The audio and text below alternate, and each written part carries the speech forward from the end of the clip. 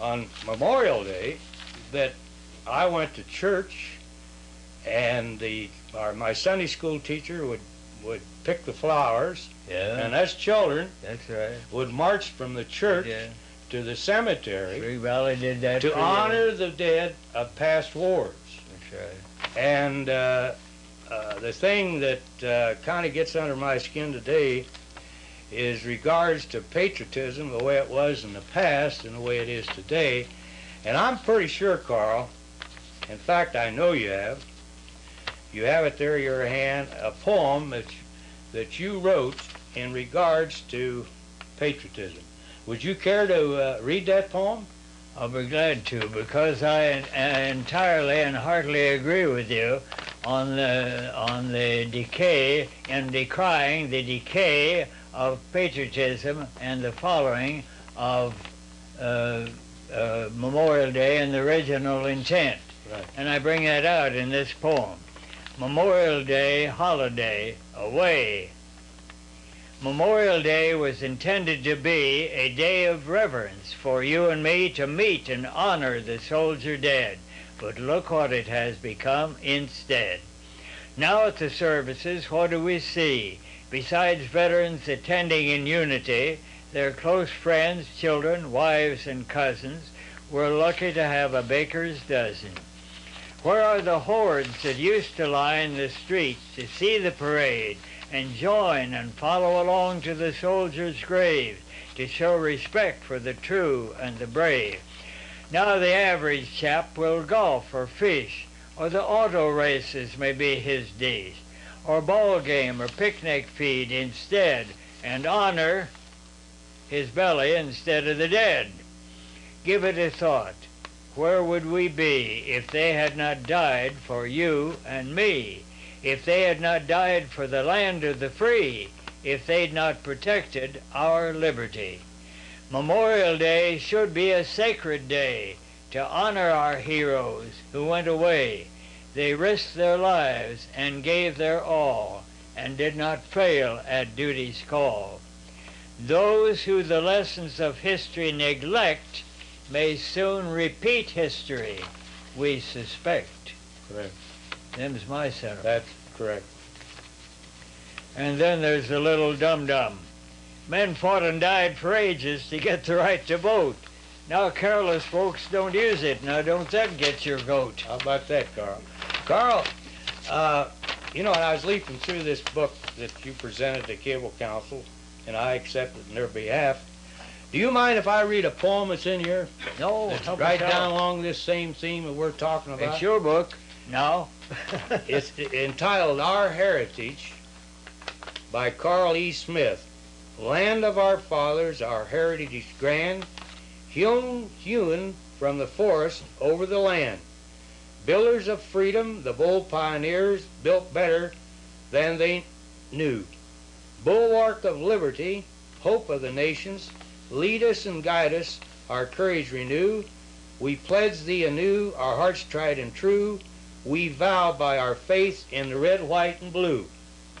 Pilgrims of progress, ye sons of the soil, facing each danger, toil, and turmoil. Join with the industries, partners to be, let's keep our country free. Written for the Spring Valley's 1953 pageant and sung to Rubinstein's Melody in F. It's beautiful. Thank you very much. Carl, I know you have some other poems on the reverse side, and you read that one. Yeah, would you like to read those? I think they're very educational. Attention. You may say what you wish, do as you please. Hippies may howl and protesters may rave. How long will our land be the land of the free if it ceases to be the home of the brave? Better think on that. Sad short story. If we give up our nukes and fall back in the race, what is to save us from helpless disgrace?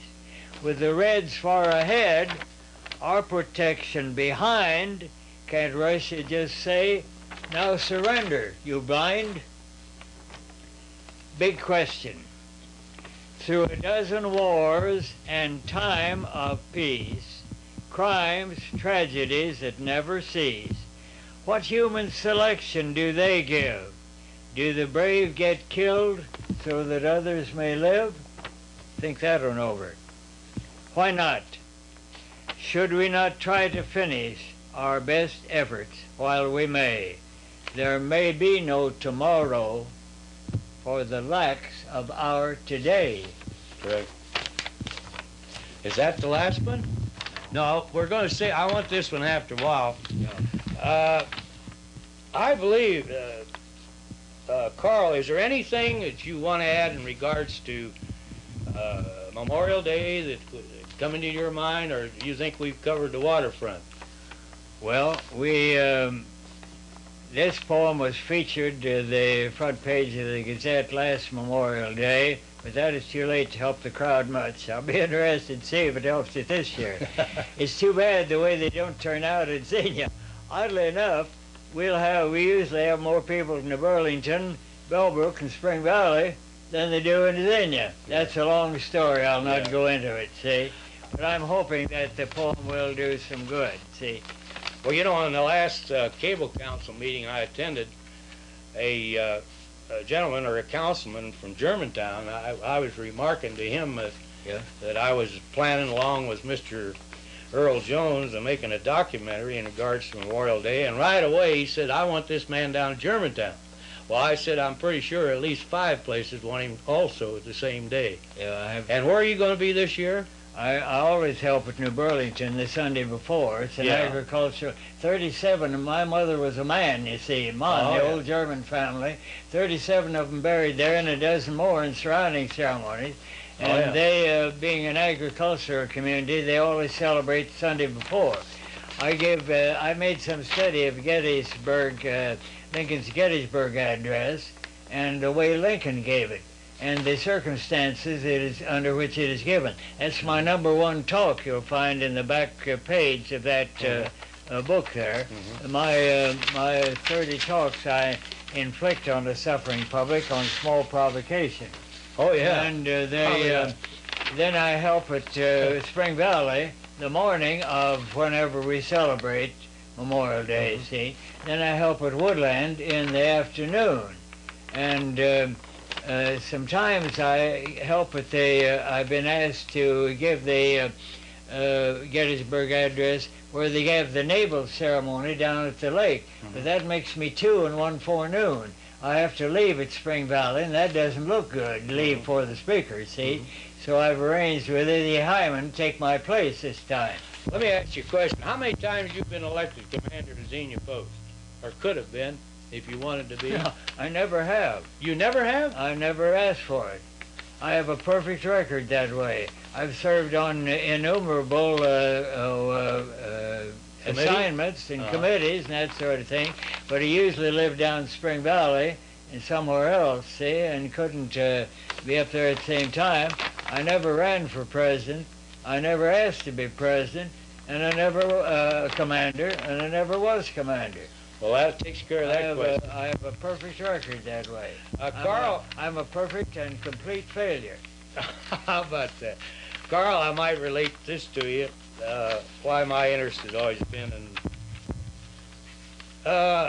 Memorial Day is that I have an uncle who has passed away that served in World War I as an observer in the Air Force. Yeah. And it's something that I was Fred Marshall. Yeah, and he came back and was a very successful salesman.